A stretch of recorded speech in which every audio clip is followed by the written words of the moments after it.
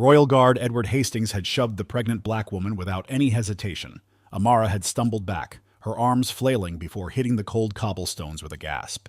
Her hands flew protectively to her belly as she sat there, stunned and trying to catch her breath. The crowd was frozen. That one single moment was suspended in a noisily shocked silence. Then a wave of murmurs and gasps flowed amongst the tourists. "What did he just do?" someone breathed, almost in disbelief. Edward was standing stiff, his rifle at his side, his face chiseled out of stone. "Step back behind the line," he barked, sharp as a blade. Amara, still on the floor, took a shaky breath and tried to push herself to her feet. Her dark eyes flickered upwards to Edward, wide with both confusion and pain. I didn't mean to step forward," she said, her voice trembling but clear. "I tripped." Edward didn't budge, his gaze as cold as his words. "The rules are there for a reason, no exceptions." "She's pregnant," someone in the crowd shouted, the woman's voice cracking with indignation. "How can you do somebody like that?" Amara winced as she struggled to her feet, her knees scraped and her breathing uneven. A gentle-faced older woman stepped forward to steady her, laying a soft hand on Amara's arm. "Are you all right, dear?" the woman asked softly, her glance flicking to Edward with censure. "I'm fine," Amara whispered, though her voice carried the weight of her frustration. She turned toward Edward, her hands protectively cradling her belly. "I didn't mean to break any rules," she said, her tone firmer now, despite the tremble in her voice. "I came here to honor my husband." The murmurs in the crowd shifted to confusion. "Her husband?" someone asked. "What does she mean?" But Edward didn't seem to hear her. His stance was rigid, his voice colder still. "Stay behind the line," he said again, as though repeating the phrase absolved him of what had just happened. "You're unbelievable," a young man with a smartphone muttered, stepping forward with his camera trained on Edward. "I've got this on video. You're going to regret this." The tension thickened as the whispers of the crowd turned to pointed stares. Edward could feel their judgment weighing on him, though he refused to meet their eyes. "Hastings!" The booming voice of Captain Alfred Mercer broke through the growing noise, silencing the crowd in an instant. Edward spun around, his already straight posture stiffening further as his captain neared. Mercer's face was set with calm fury, sharp eyes flicking between Edward, the crowd, and Amara. "What the hell is going on here?" Mercer demanded, low but cutting. "She crossed the line, sir," Edward said in a smooth but tight tone. Mercer's jaw clenched as his attention turned to Amara. She stood tall, even as her frame shook, shallow breaths catching as she stared at him. "And you thought the best response was to shove her?" Mercer's voice was cold as ice, his words slicing through the air. Edward wavered only for a moment. "Sir, I was following protocol," he said, though his tone was void of the assurance that usually laced his words. Mercer's glare hardened, and he turned to Amara, his tone softening. "Ma'am, are you hurt? Do you need any medical attention?" "I'm fine," she said quietly, though her voice had a steady strength now. Her eyes locked on Edward, and she added, "But someone needs to remind him that respect isn't optional." Murmurs from the crowd grew louder, and the anger simmered just below the surface. A woman holding a toddler clutched her child tighter and whispered to her partner, "Do you think her husband was military? She said she's honoring him." Mercer turned back to Edward. "My office. Now."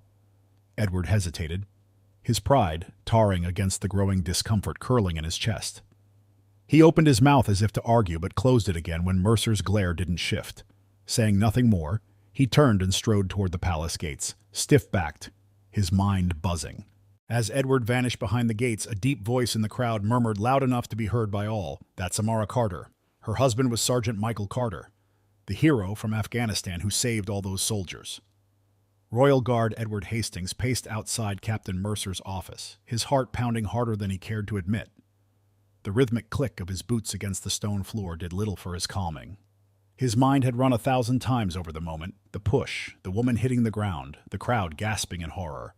He told himself he was just doing his job, following protocol, but the weight in his chest wouldn't go away. The door to Mercer's office opened with a sharp creak. "Hastings, get in here," Mercer's voice cut through the air. Edward stepped inside, his posture rigid. Captain Alfred Mercer sat behind his desk, his hands clasped tightly as he stared Edward down. The silence in the room felt heavier than the stone walls surrounding them. "What the hell were you thinking?" Mercer's voice was calm, but with an edge that twisted Edward's stomach. "Sir, she crossed the line," Edward said quickly, his tone flat and rehearsed. "I was enforcing protocol. The rules—" "Don't give me that," Mercer interrupted, his voice rising. "You shoved a pregnant woman to the ground, Hastings, in front of a crowd. Protocol? Is that what you're calling it?" Edward's jaw clenched. "She stepped past the barrier," he persisted, though his voice quivered. I didn't know she was pregnant." "You didn't know?" Mercer leaned forward, eyes narrowing. You didn't care to notice. You saw what you wanted to see, somebody stepping out of line, and you acted. Do you even know who she is? Edward blinked, taken aback. No, sir. Her name is Amara Carter, Mercer said in a measured, icy tone. Her husband was Sergeant Michael Carter. Does the name ring a bell? Edward's stomach dropped. He knew the name. Everyone did. Michael Carter was a war hero, a soldier who had sacrificed his life to save his unit in Afghanistan. His name was etched into the memorial wall at the palace, a name Edward had passed countless times without a second thought. Mercer continued, and his voice cut deeper with each word. She was here for a private ceremony, Hastings, to honor her husband, a man who gave his life for this country, and you treated her like she was nothing. Edward's mouth went dry. Sir, I didn't know, he said quietly, the words sounding hollow even to himself. No, you did not, Mercer said sharply. And because of that, we now have the media circus outside. This is going to blow up, Hastings, and you are right in its center. Outside the gates, things were spiraling out of control. A growing crowd was gathered as if their anger and curiosity had reached a fever pitch with news cameras. Several gave interviews. Their voices were laced with outrage. She just tripped, the young man said, his arm angrily gesturing toward the gates. And he shoved her like she was a criminal. She's pregnant. How is that okay? Amara stood quietly off to the side, her hands resting protectively on her belly. Her face was pale, but her expression was calm, almost too calm, as though she were used to moments like this. The older woman who had helped her earlier stood close by, holding Amara's arm in quiet support. You're incredibly strong, my dear, the woman said gently, far stronger than I'd be. Amara gave her a faint smile.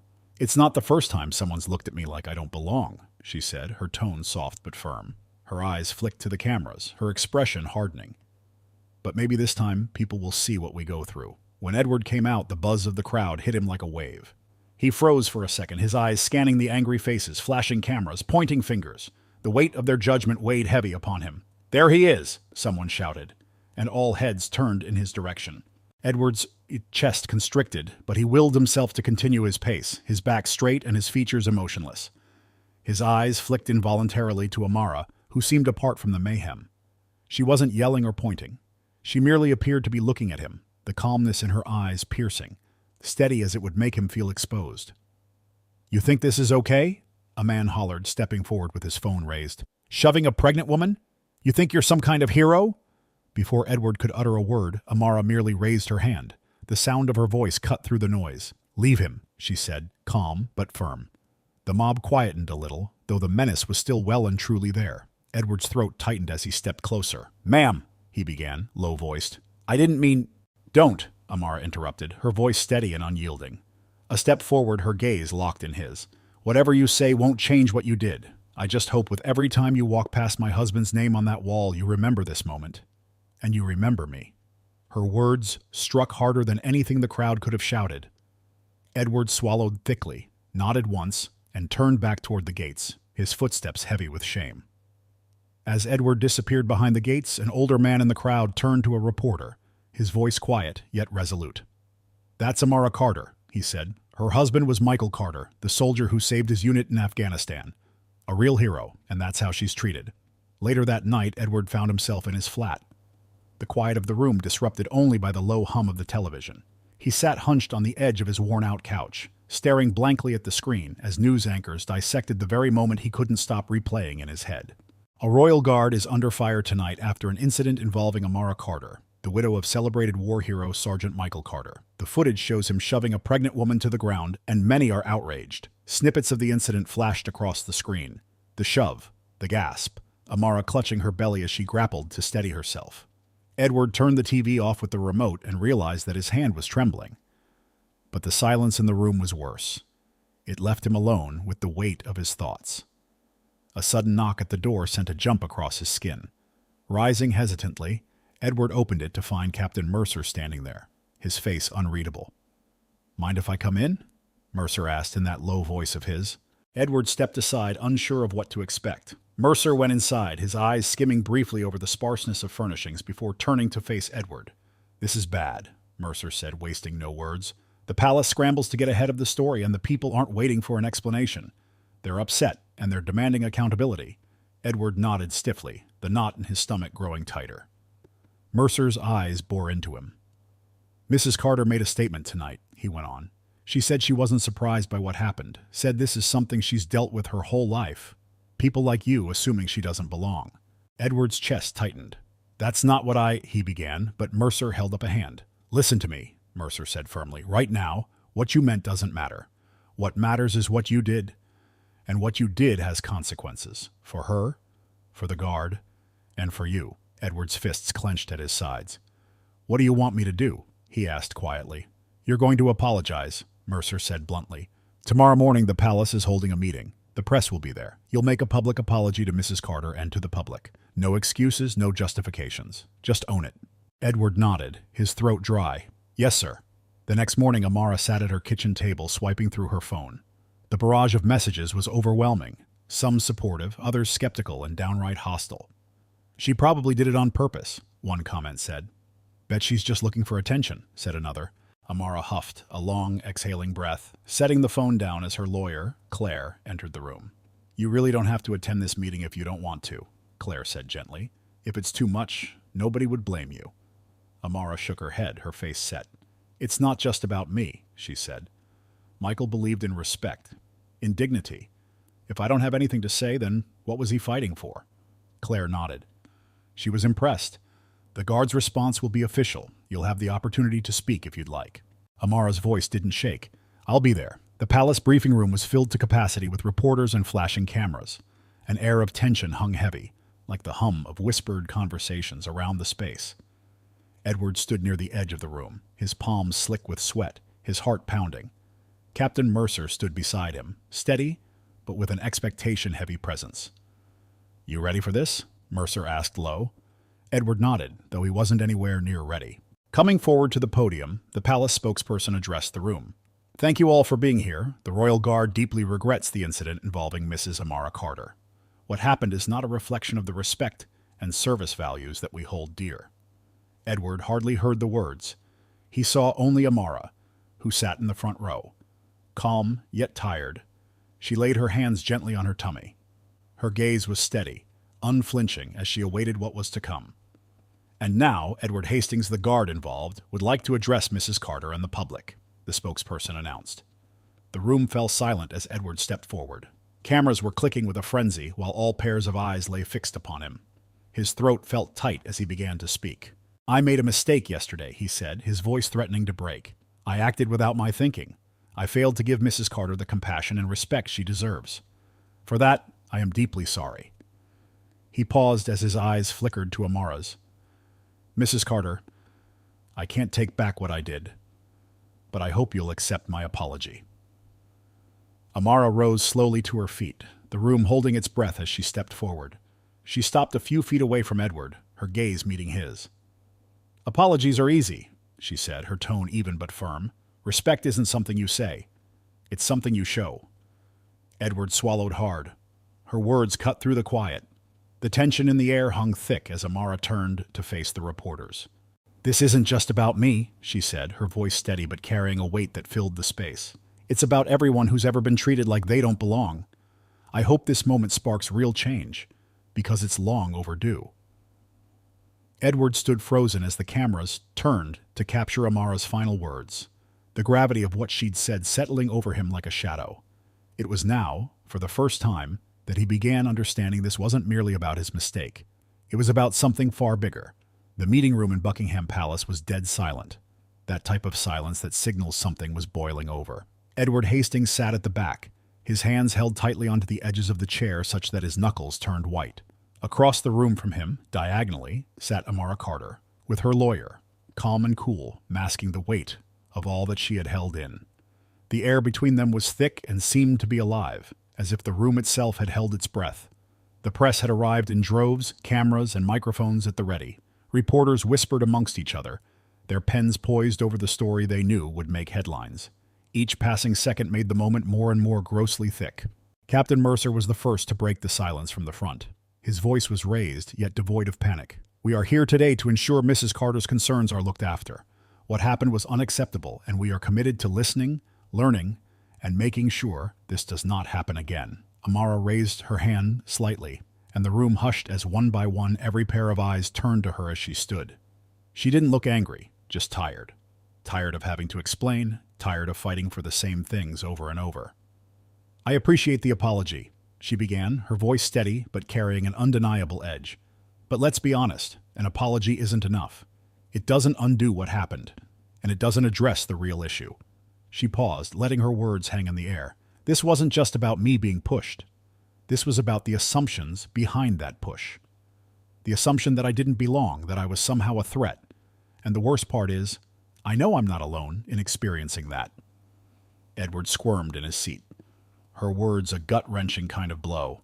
He wanted to protest his innocence, to explain it wasn't what she thought, but down deep inside him he knew he had no excuse. Amara continued, her voice unwavering. "I was there to honor my husband, a man who gave everything for this country, and instead of being treated with dignity, I was treated as if I meant nothing, like I was in the way." Captain Mercer was still speaking softly but firmly.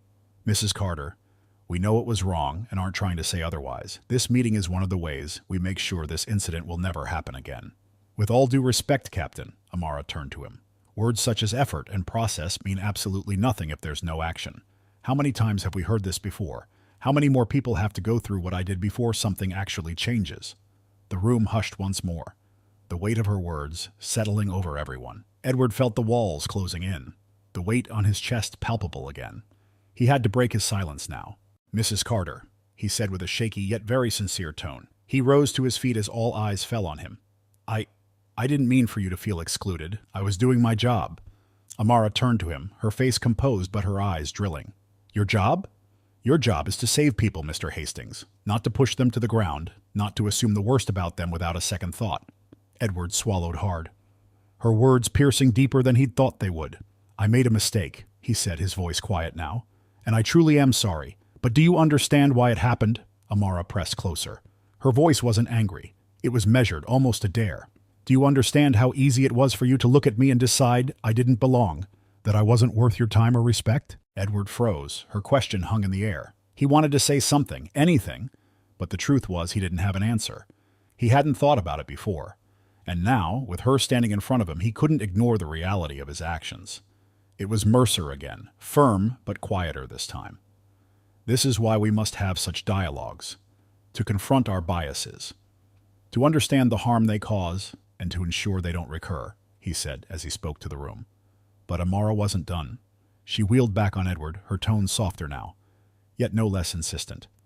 "Do you know how it was, lying on that ground, holding my stomach, wondering if my baby was okay? You have any idea what that fear is like?" Edward paled at that, and his voice was barely a whisper. "No, I don't." The silence that followed was deafening. Reporters scribbled furiously, cameras zooming in on the raw moment. Edward could feel the weight of the room's judgment bearing down on him. But more than that, he felt the weight of Amara's words, the truth he hadn't wanted to face. Amara turned to the reporters. Her voice was clear and steady, though emotion burbled beneath the surface. "This isn't just about me," she said. "It's about a culture that allows this to happen.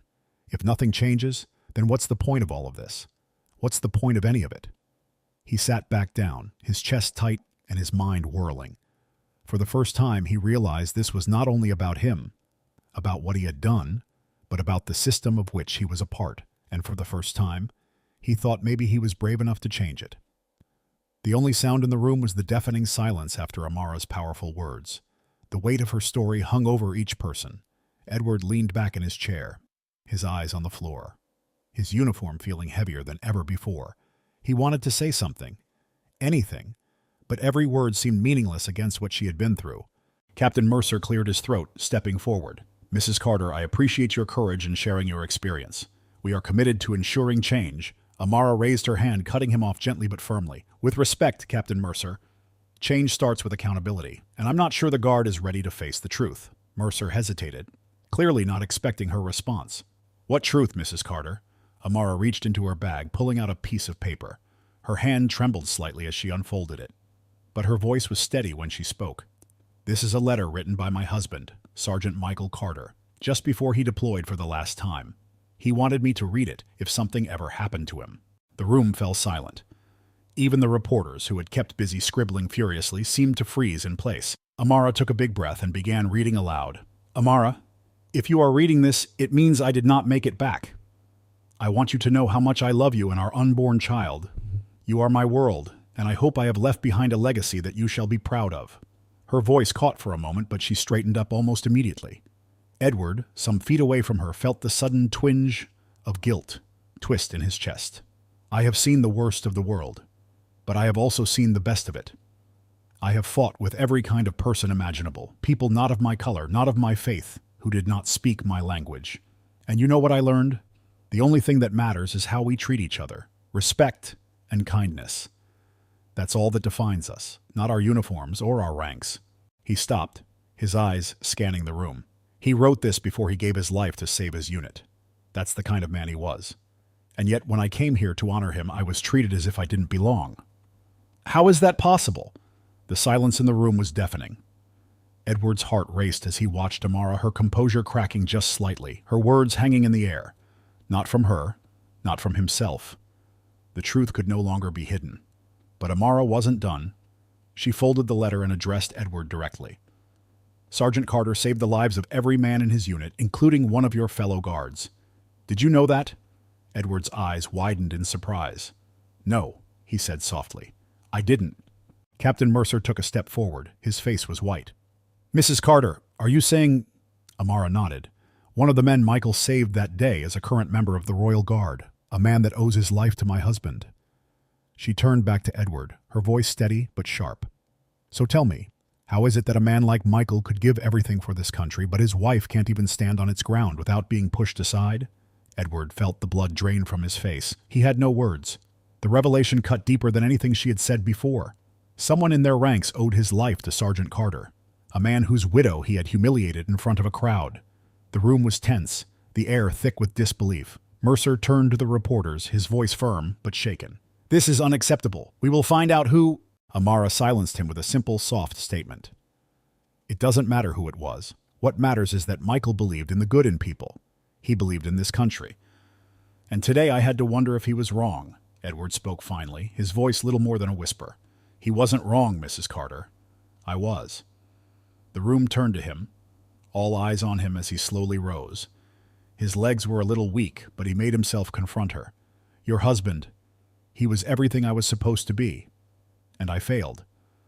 I failed you, I failed him, and I failed what this uniform is supposed to stand for." Amara's face gentled, but the voice remained steely. "Then do better. Ensure this never happens again." Edward nodded, and her words tore through his guilt and shame like a lifeline. He silently vowed to himself and to her, as the flashing of cameras continued, that this moment would define his failure and his commitment to change, for Amara, for her husband, and for those who had ever been made to feel invisible. In the weeks since the meeting, fallout from the incident reached every corner of the country. News outlets ran stories about Amara Carter's bravery, her husband's sacrifice, and the systemic issues her experience had highlighted. Social media buzzed with debates, people either firmly in her corner or stubbornly resistant to change. But amidst the chaos, one thing became clear. The Royal Guard could no longer ignore the need for reform. For Edward Hastings, life would never be the same again. The man who had once bragged about being disciplined and loyal spent his days pondering what those values truly meant. He wasn't fired. Amara herself had argued against it, but he was put on mandatory leave with an order to undergo extensive training on bias and community relations. One afternoon, Edward sat in his small flat. The same news programs replayed the incident, though it had started to make its way onto broader coverage. Rather than continuing to lampoon Edward's mistake, people spoke of what it represented: the failure of everything from parenting to policing. Edward switched off the TV and stared at his uniform, hanging neatly in his closet. For the first time, he wondered if he deserved to wear it. A knock at the door broke his thoughts. When he opened it, he found Captain Mercer standing there, holding a small envelope. "This came for you," Mercer said, handing it over. His tone was softer than usual, though his face remained unreadable. Edward took the envelope, his fingers trembling slightly as he opened it. Inside was a handwritten note. It was short and to the point, but it struck him harder than anything else had. "Mr. Hastings, Michael believed in forgiveness. I'm trying to do the same. Please honor his memory by becoming the kind of man he'd be proud to stand beside. Amara Carter." Edward read the note twice, and with each reading his chest pulled tighter. He looked up at Mercer, who gave him a slight nod. "It's a second chance," Mercer said quietly. "Don't waste it." Meanwhile, Amara stood in front of a small group of soldiers with a framed photo of her husband. She had been invited to speak to a training session for the Royal Guard, a new initiative centered around community engagement and understanding bias. The room fell silent as she told Michael's story, in a steady voice full of emotion. "My husband believed in this country," she said, her eyes scanning the room. "He believed in the people who wear this uniform. And he believed that respect isn't something you earn with a title or a rank. It's something you give freely because it's the right thing to do." One of the guards raised his hand hesitantly. "Mrs. Carter," he asked, "how do we make sure something like this never happens again?" Amara thought for a moment before responding. "It starts with listening. It starts with looking at someone and seeing their humanity before anything else. And it starts with owning your mistakes and choosing to be better." And with that, her words set deep, and the room burst into an applause of quieted tones. Afterwards, Amara stepped outside into the crisp afternoon air. She felt a weight lift, not because everything was fixed, but because she had seen a glimpse of the change Michael had always believed in. Edward eventually went back on duty, but he did the job differently now. He no longer patrolled the palace grounds with a stern sense of authority, instead with a renovated sense of service and humility. The first day back on duty, he made it a point to stop by the memorial wall where Sergeant Michael Carter's name was etched in stone. He stood there for a long time, his heart heavy but resolute. "I'll do better," he whispered, his voice barely audible. "I promise."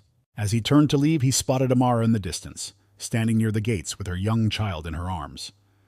Their eyes met briefly, and she gave him a small, almost imperceptible nod. It wasn't forgiveness, not yet, but it was a start.